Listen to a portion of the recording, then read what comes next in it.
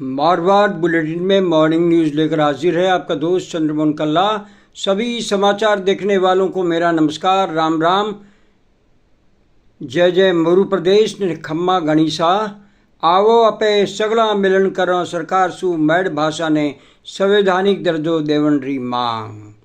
अब समाचार विस्तार से। राजस्थान की भजनलाल सरकार पर नौकरशाही कितनी हावी है, इसका नज़ारा गंगानगर में उस समय सामने आया जब प्रशासन की बैठक में उच्च अधिकारियों के सामने कुछ इंजीनियरिंग अधिकारियों ने विधायक जयदीप बिहानी की पिटाई कर दी, जबकि वे पेयजल संकट को लेकर के अधिकारियों की क्लास ले रहे थे।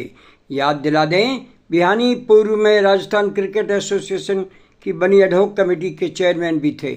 वे खरी और साफ सुथरी बात करने के लिए जाने जाते हैं। इसी कारण सरकार ने बिहानी को आरसी एडहॉक कमेटी से खींचतान विवाद के बाद हटा दिया था।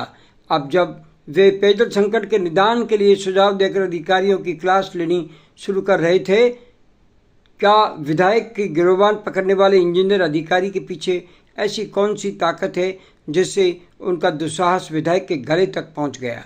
कौन सी भाजपा की गंगानगर जिला शाखा में वो पावरफुल नेता है जिसके इशारे पर विधायक बिहानी से मारपीट की गई?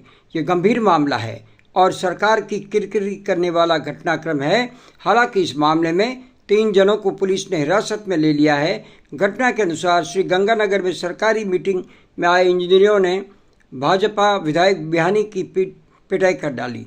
राजस्थान के श्री गंगानगर में गुरुवार को एक बैठक के दौरान भाजपा विधायक के साथ कथित मारपीट का मामला सामने आया है। इस घटना के बाद सियासी हलचल तेज हो गई है और पुलिस ने 3 लोगों को हिरासत में ले लिया। जानकारी के मुताबिक यह घटना दोपहर में बिहानी कॉलेज परिसर स्थित विधायक सेवा केंद्र में हुई। यहाँ विधायक जयदीप बिहानी शहर में चल रहे पेयजल संकट को लेकर अधिकारियों के साथ बैठक कर रहे थे। बैठक के दौरान विधायक और वहाँ मौजूद अधिकारियों के बीच बहस हो गई। इनमें Rajasthan urban infrastructure development project के सहायक अभियंता जगन्नाथ बैरवा, सोएम एक निजी कंपनी से जुड़े प्रोजेक्ट मैनेजर शहनवाज शामिल थे। बताया जा रहा है कि बहस बढ़ने के बाद मामला हाथापाई तक पहुंच गया। अधिकारियों ने विधायक के साथ धक्का मुक्की की। आरोप है कि इस दौरान विधायक को एक थप्पड़ भी मारा गया। विधायक जयदीप बिहानी ने कहा, मैं सिर्फ अधिकारियों से पूछ रहा था क्या उन्हें जनता की कोई चिंता है या नहीं। जितना कहते ही एएन जगनलाल बैरवा ने मुझ पर हमला कर दिया। उन्होंने मेरी चश्मा तोड़ दिया, आँख के नीचे चोट भी आई है। उन्होंने कहा, मैंने तुरंत पुलिस को बुलाया। पुलिस मौके पर पहुंची और 3 अधिकारियों को हिरासत में ले लिया। विधायक ने बताया कि तीनों के खिलाफ एफआईआर दर्ज कराई है। उन्होंने कहा वह इस मामले की शिकायत विधानसभा अध्यक्ष, मुख्यमंत्री और मुख्य सचिव से भी कर चुके हैं। शिकायत के बाद जवाहर नगर थाना पुलिस ने जगन्नाथ बैरवा, शहनवाज, सोएम के प्लानिंग मैनेजर से पूछताछ के लिए हिरासत में लिया है। थाना प्रभारी देवेंद्र सिंह ने बताया कि आरोपियों से पूछताछ की जा रही है और इस मामले की जांच जारी है। घटना के बाद मौके पर अफरा तफरी मच गई। पुरानी आबादी क्षेत्र के स्थानीय लोग भी बीच बचाव के लिए पहुंचे और विधायक को बाहर निकाला। विधायक के समर्थक भी मौके पर पहुंच गए, जिससे वहां मौजूद अधिकारियों और समर्थकों के बीच फिर एक बार धक्का मुक्की हुई। हालात को काबू में करने के लिए पुलिस बल तैनात करना पड़ा।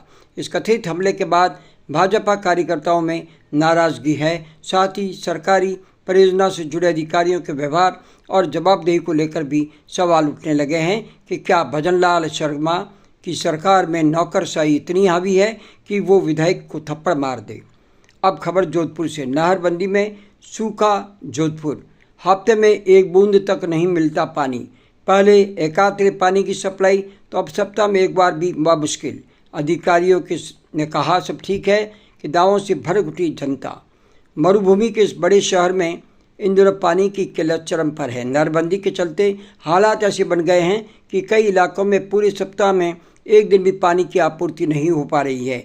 जहां एक और आम जनता बूंद बूंद पानी के लिए जूझ रही है, वह जिम्मेदार अधिकारी सब कुछ सामान्य होने का दावा कर रहे हैं। स्थानीय लोगों का कहना है कि जलापूर्ति का शेड्यूल पूरी तरह से चरमरा गया है। मोहल्लों में टंकियां सूखी पड़ी है और लोग निजी टैंकरों पर निर्भर हो गए हैं। इससे आर्थिक बोझ भी बढ़ रहा है। कई परिवारों को पीने के पानी तक के लिए लंबा इंतज़ार करना पड़ रहा है। जनता की परेशानी। शहर के अलग अलग हिस्सों से शिकायतें लगातार सामने आ रही है। महिलाओं को दूर तक पानी भरने जाना पड़ रहा है, जबकि बुजुर्ग और बच्चे सबसे ज़्यादा प्रभावित हो रहे हैं। गर्मी के बढ़ते तापमान में स्थिति को और गंभीर बना दिया है। अधिकारियों का दावा। जलदाय विभाग के अधिकारी स्थिति को नियंत्रण में बताते हुए कह रहे हैं, नहरबंदी एक नियमित प्रक्रिया है और आपूर्ति व्यवस्था को संतुलित रखने के प्रयास किए जा रहे हैं। हालांकि ज़मीनी हकीकत इन दावों से बिल्कुल उलट नजर आती है। सरकार पर सवाल। विपक्ष और स्थानीय संगठनों ने सरकार पर लापरवाही का आरोप लगाया है। उनका कहना है कि समय रहते वैकल्पिक व्यवस्था नहीं करने से आम जनता को भारी परेशानी उठानी पड़ रही है। जोधपुर में नहरबंदी आखिर खत्म कब होगी? जनता पूछने लगी है। जोधपुर सहित पश्चिमी राजस्थान में चल रही नहरबंदी को लेकर सबसे बड़ा सवाल यह है, आखिर ये कब तक चलेगी?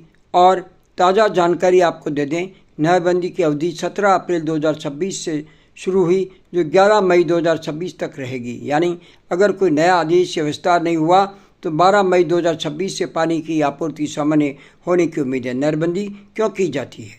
यह कोई अचानक लिया गया फैसला नहीं होता, बल्कि हर साल नियमित रूप से किया जाता है। इंदिरा गांधी नहर परियोजना की मरम्मत और सफाई, नहर की लाइनिंग, रिसाव रोकने का काम, नहर की मरम्मत होती रहती है। बैराज हेडवर्क्स की तकनीकी सुधार भी किया जाता है। नहरबंदी की शुरुआत जब जोधपुर में हुई 28 मार्च से हुई थी, जो 10 मई तक चलेगी। इसका मतलब ये पूरा शटडाउन लगभग 45 दिन का है। कुछ रिपोर्ट में 20 मई तक की अधिकतम योजना भी बताई गई थी, लेकिन मौजूदा फाइनल शेड्यूल 10 मई तक का ही जारी है। क्या 10 मई के बाद तुरंत पानी आ जाएगा? नहीं, तुरंत नहीं।